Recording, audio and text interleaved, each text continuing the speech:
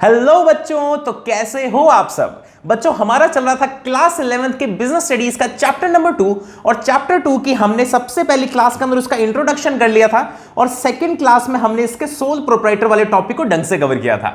तो आज की क्लास में हम करने वाले हैं हिंदू अनडिवाइडेड फैमिली वाले टॉपिक को ढंग से कवर। So let's begin. तो बच्चों, सबसे पहले अपन समझते हैं कि हिंदू अनडिवाइडेड फैमिली होती क्या है। इसके एक एग्जांपल से समझते हैं। ये मान लो एक दादाजी हैं, ठीक है, और दादाजी के पास खूब सारे खेत, प्रॉपर्टी और बिजनेस है, ठीक है जी। और इन दादाजी के 3 बच्चे हैं। तीनों बच्चे, यहां पे एक पहला बच्चा है, यहां पे दूसरा बच्चा है और यहां पे इनके तीसरा बच्चा है। और इनके क्या हो रखी है, इनकी फैमिलीज है, तो फैमिलीज के कारण इनकी फैमिली आगे बढ़ी हुई होगी, ठीक है जी। ये इनके मैंने फैमिलीज बना दी। अब हिंदू अनडिवाइडेड फैमिली में होता क्या है वो समझो। दादाजी सोच रहे हैं कि क्यों ना मैं कुछ ऐसा कर लूं कि जिससे मेरी ये जो पूरी फैमिली है, पूरी फैमिली एक साथ आकर मेरे ये बिजनेस या प्रॉपर्टी को संभलवा के मेरे बिजनेस को आगे बढ़ाए। तो इसका मतलब दादाजी इस वक्त ये सोच रहे हैं कि मैं एक ऐसी बिजनेस खोलना चाहता हूं जिसमें मेरी पूरी की पूरी फैमिली एक साथ इकट्ठी होके चले, ठीक है। तो बच्चों, ऐसे करने के लिए ना दादाजी ने क्या किया, दादाजी अपने वकील के पास गए और वकील ने इनको बोला कि क्योंकि आपकी एक जॉइंट फैमिली है जो एक साथ है अभी, तो इसके लिए गवर्नमेंट ने एक लॉ बना रखा है जिसके अंदर एक जॉइंट फैमिली अपना खुद का बिजनेस स्टार्ट कर सकती है। तो उस लॉ को बोला गया है बच्चों हिंदू सक्सेशन एक्ट। तो हिंदू सक्सेशन एक्ट के अंदर लिखा हुआ है कि कोई भी जॉइंट फैमिली अगर अपना बिजनेस बनाती है जिसके पास पुरानी पुश्तैनी यानी दादाजी के टाइम पे कोई प्रॉपर्टी है या फिर कोई बिजनेस है उनके पास पुराना पुश्तैनी, जिसको हम इंग्लिश में एंसेस्ट्रल प्रॉपर्टी बोलते हैं। तो अगर किसी भी फैमिली के पास एंसेस्ट्रल प्रॉपर्टी है तो वो अपनी एक हिंदू अनडिवाइडेड फैमिली बना सकती है, ठीक है जी। तो अभी तक हमने क्या समझा, हमने ये समझा है कि एक दादाजी हैं, दादाजी के पास एक पुश्तैनी खूब सारी प्रॉपर्टी है जिसको हम एंसेस्ट्रल प्रॉपर्टी बोलते हैं। तो इस एंसेस्ट्रल प्रॉपर्टी के बाद हमने देखा था कि दादाजी के 3 बच्चे हैं जिनके आगे फैमिलीज होके शादी हो रखी है। तो दादाजी इस वक्त ये सोच रहे हैं कि मेरे को एक ऐसा बिजनेस बनाना है जिसके कारण मेरी पूरी फैमिली एक साथ इकट्ठी रहे। तो उसके लिए वो अपने वकील के पास गए। वकील ने उन्हें बोला कि एक ना कानून है जिसे बोला जाता है हिंदू सक्सेशन एक्ट, और उस कानून के अंदर लिखा हुआ है कि आप एक ऐसा जॉइंट फैमिली का बिजनेस बना सकते हो और उस बिजनेस को हम क्या बोलते हैं बच्चों, हिंदू अनडिवाइडेड फैमिली। इसको आपको नाम से ही पता चल रहा होगा कि ये ऐसी जॉइंट फैमिलीज का बिजनेस सिर्फ हिंदू कम्युनिटी के जो से लोग हैं सिर्फ वो ही अपना एक ऐसा बिजनेस खोल सकते हैं। यानी क्रिश्चियन फैमिलीज ऐसा बिजनेस नहीं खोल सकती, वहीं पे मुस्लिम फैमिलीज भी ऐसा बिजनेस नहीं खोल सकती, क्योंकि ये पावर सिर्फ किसको दी हुई है, हिंदू फैमिलीज को दी हुई है। तो ये वाली बात समझ में आ रही है। अब कुछ एक चीजें और देखते हैं। तो बच्चों, मान लो कि इन्होंने क्या किया, अपने एक ऐसा हिंदू अनडिवाइडेड फैमिली का बिजनेस खोल लिया, ठीक है जी। तो जो कानून है ना, कानून ये बोलता है कि इस बिजनेस के सारे डिसीजंस कौन लेगा, दादाजी लेंगे, ठीक है जी। तो दादाजी को ये जो लॉ है, दादाजी को ये लॉ कर्ता के नाम से बुलाता है, ठीक है जी। तो सारे डिसीजंस कौन ले रहा है, दादाजी ले रहे हैं, और दादाजी को कानून क्या बोलता है, कानून कर्ता के नाम से डिनोट करता है, ठीक है जी। और ये जो सर बाकी सारे लोग हैं ना, ये सारे लोग जो इनकी फैमिली जो इसके नीचे काम कर रहे हैं, दादाजी के जो नीचे काम कर रहे हैं, इनको लॉ बोलता है को पार्टनर।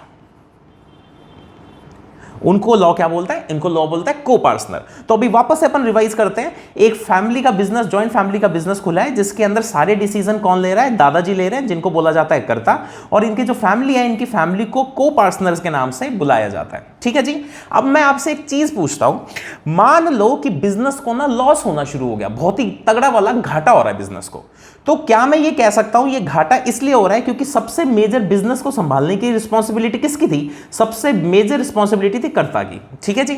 तो इसका मतलब अगर बिजनेस प्रॉफिट में जा रहा है तो भी कर्ता रिस्पॉन्सिबल है, और अगर बिजनेस लॉस में जा रहा है तो भी कहीं ना कहीं कर्ता सबसे मेजर रूप से रिस्पॉन्सिबल है। तो इसीलिए गवर्नमेंट ने बोला कि जो कर्ता होगा ना, कर्ता की लाइबिलिटी अनलिमिटेड होगी। यानी अगर कभी बिजनेस को बहुत ज्यादा लॉसेज हो रहे हैं और बिजनेस के ऊपर कर्ज पड़ रहा है, तो यानी कर्ता यानी दादाजी की प्रॉपर्टी बेचकर इस कर्ज को पूरा किया जा सकता है, ठीक है जी।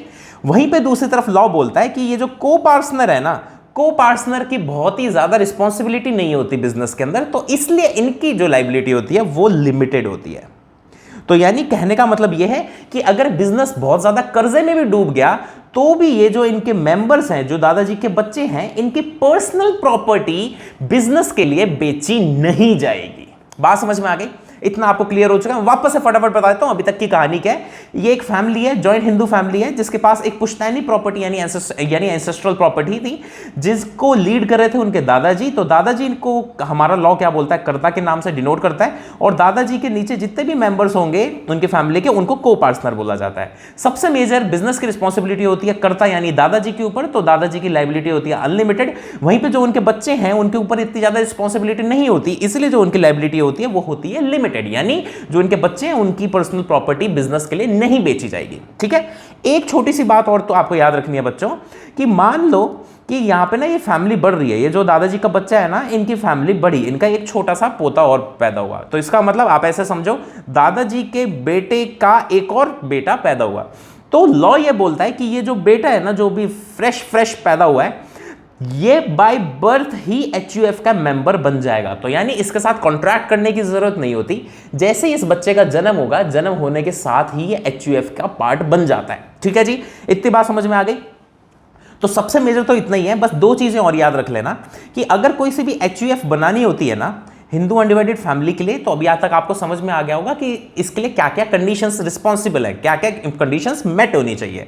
तो अगर आपको एचईएफ बनानी है तो सबसे पहली कंडीशन तो ये है कि आपके पास कोई भी एंसेस्ट्रल प्रॉपर्टी होनी चाहिए, यानी कोई पुश्तैनी प्रॉपर्टी तो होनी चाहिए जिसके बेसिस पे आप बिजनेस करोगे।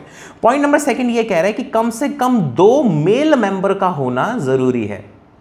2 मेल मेंबर का होना यानी 2 पुरुषों का होना बहुत ज्यादा जरूरी है। अगर आपके पास ये दोनों कंडीशंस मेट हो रही है तो आप एचयूएफ बना सकते हो। वापस से मैं ये 2 कंडीशंस बता देता हूं। एचयूएफ बनाने के पास आपके पास एक पुश्तैनी प्रॉपर्टी होना जरूरी है और कम से कम 2 मेल मेंबर्स होना जरूरी है। ठीक है, इतनी बात समझ में आ गई। अब एक फाइनल टॉपिक और समझाता हूं आपको, उसके बाद में इस टॉपिक में कुछ ज्यादा बचेगा भी नहीं। ठीक है जी, अब अपन इमेजिन करते हैं कि मान लो दादाजी की डेथ हो गई। ठीक है जी, तो दादाजी की डेथ होने पर अब कर्ता की पोजीशन खाली है, क्योंकि कर्ता की पोजीशन में कोई भी नहीं बैठा, दादाजी की डेथ हो चुकी है। अब सवाल यह उठता है कि इनकी पोजीशन संभालेगा कौन। तो बच्चों, कानून कहता है कि इन तीनों में से जो भी सबसे बड़ा यानी सबसे सीनियर होगा ना, वो इनकी पोजीशन संभाल लेगा। अपन एग्जाम्पल लेते हैं कि इनमें से सबसे सीनियर मोस्ट मान लो ये बीच वाला बंदा है। तो अगर दादाजी की डेथ हो जाएगी ना, तो दादाजी की डेथ होने के बाद दादाजी की ये पोजीशन सबसे सीनियर मोस्ट मेंबर पोजीशन संभालता है कर्ता की। कहने का मतलब यह है कि कर्ता की पोजीशन ये सबसे बड़ा लड़का बन जाएगा। ठीक है जी, तो इसका मतलब दादाजी की डेथ हो जाती है तो जो भी फैमिली का सबसे बड़ा लड़का होता है वो उनकी पोजीशन ले लेता है। बात समझ में आ गई? चलो भाई, अब अपन आगे बढ़ते हैं। तो ये सारे टॉपिक्स हमें कंप्लीट करेंगे आज की क्लास के अंदर। शुरू करते हैं सबसे पहले टॉपिक से, जो कि है मीनिंग। मीनिंग में ये बोल रहा है the business carried out by members of Hindu undivided family is known as joint Hindu family business. तो यानी कोई भी बिजनेस जो कि हिंदू अनडिवाइडेड फैमिली के मेंबर्स यानी हिंदू अनडिवाइडेड फैमिली के लोग कर रहे हैं, उसको जॉइंट हिंदू फैमिली बिजनेस बोला जाता है। It is governed bye Hindu succession act. तो यानी इसके ऊपर कौन सा कानून लागू होता है, जो मैंने आपको पहले बताया था, इसके ऊपर कानून लगता है हिंदू सक्सेशन एक्ट का। ठीक है जी, डन है। अब अपन आगे करते हैं। नेक्स्ट टॉपिक है गवर्निंग एक्ट्स। गवर्निंग एक्ट्स का मतलब यह है कि कौन से कानून एप्लीकेबल होते हैं। तो बच्चों, हुआ क्या था कि मान लो कि मैं इंडिया बनाया, इंडिया के अंदर ये जो वेस्ट बंगाल वाला जो पोर्शन है ना बच्चों, वहां पर इस लॉ को दया भाग के नाम से जाना जाता है। तो यानी वेस्ट बंगाल में जो अपना हिंदू सक्सेशन एक्ट है उसको दया भाग के नाम से जाना जाता है। वहीं पे अगर मैं दूसरे रेस्ट ऑफ द इंडिया की बात करूं तो इस एरिया के अंदर इसे मिताक्षरा के नाम से जाना जाता है। बात समझ में आ गई? अलग अलग एरिया के अलग अलग नाम हो सकते हैं, कोई बड़ी बात नहीं है। तो इसलिए यहां पे लिखा गया गवर्निंग एक्ट्स कौन से हैं। दया भाग जो कि वेस्ट बंगाल के अंदर एप्लीकेबल है, और वहीं पे मिताक्षरा जो कि वेस्ट बंगाल के सिवा बाकी इंडिया के अंदर लगता है। बड़ी सिंपल सी बात है। आगे हमने क्या, कंडीशंस फॉर एग्जिस्टेंस। तो अगर एचयूएफ बनानी है तो आपको कौन सी कंडीशन पूरी करनी पड़ेगी। 2 कंडीशन है। सबसे पहली कंडीशन ये बोल रहा है कि मिनिमम 2 मेल मेंबर्स का होना जरूरी है, 2 लड़कों का होना जरूरी है। पॉइंट नंबर सेकंड कह रहे हैं existence of ancestral property. Ancestral property का यानी कोई भी पुश्तैनी प्रॉपर्टी आपकी फैमिली के पास होनी चाहिए, जिसके बेसिस पे आप अपना बिजनेस बनाओगे। ठीक है जी। उसके बाद हम मीनिंग कर लेते हैं को पार्टनर का, कि को पार्टनर कौन होते हैं। मैं वापस रिवाइज करा देता हूं, को पार्टनर कौन होते हैं। को पार्टनर ये सारे बच्चे लोग जो दादाजी के बच्चे हैं उनको हम को पार्टनर बोलते हैं। ठीक है जी। तो को पार्टनर की हम मीनिंग कर लेते हैं। कहां आ गया भाई, इतनी आगे, चलो भाई। को पार्टनरी में ये बोल रहा है the members who inherit ancestral property are known as को पार्टनर। यानी दादाजी की प्रॉपर्टी उनके बच्चों के पास जाएगी तो उनको उनकी प्रॉपर्टी इनहेरिटेंस में मिलेगी, यानी वसीयत के थ्रू उनको ट्रांसफर होगी, तो उन्हें क्या बोला जाता है, को पार्टनर बोला बोला जाता है। They are also entitled to share profits in the HUF, तो यानी जो दादाजी के बच्चे होंगे उन्हें एचयूएफ का प्रॉफिट भी मिलेगा, प्रॉफिट का हिस्सा उन्हें मिलेगा। तो इन्हें क्या बोला जाता है? इन्हें को पार्टनर बोला जाता है। आगे बोल रहे हैं what are the features of Hindu undivided family. Hindu undivided family के बच्चों 7 फीचर्स हमारे सिलेबस में है। सबसे पहला फीचर तो बात कर रहा है फॉर्मेशन के बारे में, यानी एचयूएफ बनती कैसे है। तो फॉर्मेशन के बारे में ये बोल रहा है कि फॉर्मेशन के लिए कम से कम 2 मेंबर्स का होना जरूरी है और उनके पास कोई ना कोई एंसेस्ट्रल प्रॉपर्टी भी होनी चाहिए, जो हमने किया था कंडीशंस ऑफ एचयूएफ के अंदर, ये हम ऑलरेडी पढ़ चुके हैं। आगे कह रहा है किसी भी एग्रीमेंट की जरूरत नहीं होती, क्योंकि आप एचयूएफ के मेंबर जन्म से बन जाते हो, तो एग्रीमेंट होना जरूरी नहीं है। क्योंकि आप सोच के देखो फैमिली में क्या कानून व्यवस्था या क्या स्टाम्प लिखवाएं अपन किसी से, तो एग्रीमेंट की जरूरत नहीं है। आगे बोल रहा है it is governed bye Hindu succession act 1956। ये बड़ा आसान सा पॉइंट है कि एचयूएफ कैसे बनती है। उनके पास 2 लोग होने चाहिए, कोई पुश्तैनी प्रॉपर्टी होनी चाहिए, जन्म से आप उसके पार्ट बन जाते हो और हिंदू सक्सेशन एक्ट आपके ऊपर एप्लीकेबल होता है। तो पॉइंट नंबर सेकंड फीचर क्या है बच्चों? सेकंड फीचर है लायबिलिटी। लायबिलिटी में लिखा हुआ है कर्ता, जो कि सबसे सीनियर आदमी होगा आपकी फैमिली का, सबसे सीनियर मोस्ट मेल मेंबर होगा, उसकी लायबिलिटी तो है बच्चों अनलिमिटेड, और बाकी सारे जितने भी मेंबर्स हैं यानी जितने भी को पार्टनर हैं उनकी लायबिलिटी होती है बच्चों लिमिटेड। आगे कह रहा है कर्ता के पर्सनल एसेट्स को हम बेच सकते हैं बिजनेस के, अगर कर्ज है बिजनेस के ऊपर तो कहने का मतलब कर्ता का जितने भी पर्सनल प्रॉपर्टी है उसको बेचा जा सकता है बिजनेस के कोई भी डेट को पूरा करने के लिए। पर अगर मैं को पार्टनर की बात करूं तो को पार्टनर की पर्सनल प्रॉपर्टी बिल्कुल सेफ रहती है, क्योंकि इनकी लायबिलिटी क्या होती है? इनकी लायबिलिटी होती है लिमिटेड। ठीक है जी। अब अपन करते हैं तीसरा फीचर यानी जो कि है कंट्रोल। तो कंट्रोल कौन रखता है एचयूएफ पे? आपको मैं ऑलरेडी बता चुका हूं, एचयूएफ पे कंट्रोल रखता है कर्ता। तो हमने यहां पे ये लिखा हुआ है business is managed and controlled by karta. आगे कह रहा है only karta has legal authority to enter into contracts, यानी अगर एचयूएफ को किसी के साथ बिजनेस का कॉन्ट्रैक्ट करना है तो वो कॉन्ट्रैक्ट कर्ता के नाम पर किया जाएगा। आगे कह रहे हैं he alone takes business decisions, यानी कोई भी बिजनेस का डिसीजन है वो कर्ता सिंगल हैंडेडली लेता है। आगे कह रहा है other members can not participate in management decisions, तो यानी बाकी जो दादाजी के बच्चे होंगे वो मैनेजमेंट में इतना ज्यादा पार्टिसिपेट नहीं करते, सिर्फ दादाजी ही सबसे मेजर बिजनेस संभालते हैं। ठीक है जी।